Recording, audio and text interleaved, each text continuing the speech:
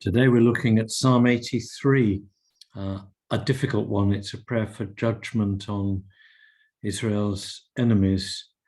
And again, we'll find some of the language a little bit difficult, and some of the references to all the names and tribes and people and towns and cities that are against Israel.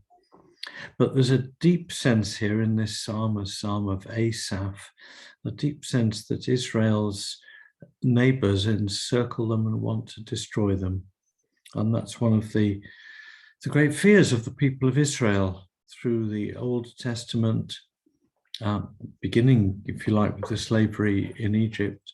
But then even when they enter the promised land, there are still enemies on every side, so much of the time wanting to destroy them. And at this moment, the perception is and the fear is in Israel that all the enemies are banding together and going to destroy them. And of course, that's been a fear of the people of Israel in the Old Testament and in the New, and in more modern times, a tragic thing of those who hate God's people, God's ancient people, the Jews, for whatever reason, and want the nation of Israel, whether we're talking in the Old Testament or the New Testament or today, to be destroyed, and the sense that the people of Israel are beleaguered.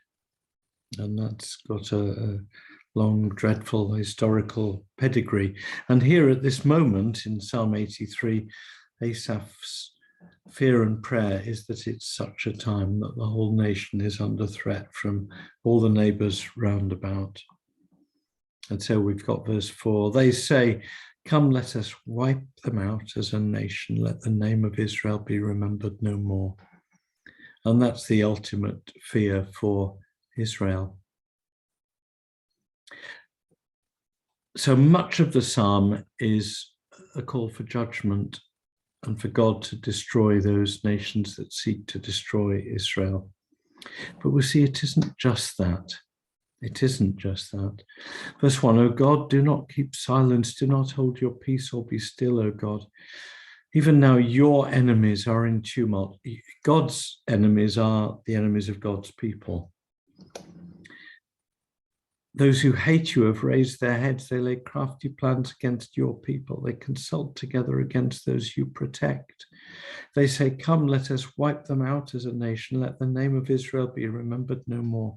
They conspire with one accord. Against you they make a covenant.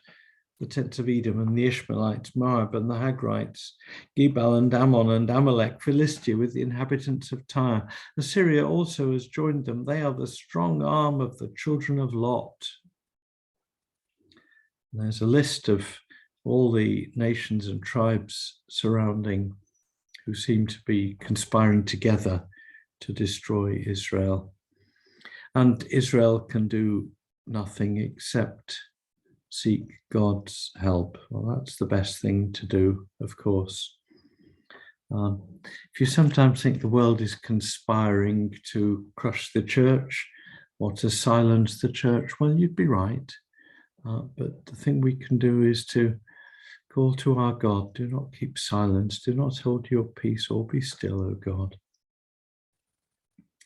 But then the prayer goes on, having bemoaned the situation, to seek God's action. Verse 9, "Do to them as you did to Midian, as to Sisera and Jabin at the Wadi Kishon, who were destroyed as Endor, who became dung for the ground.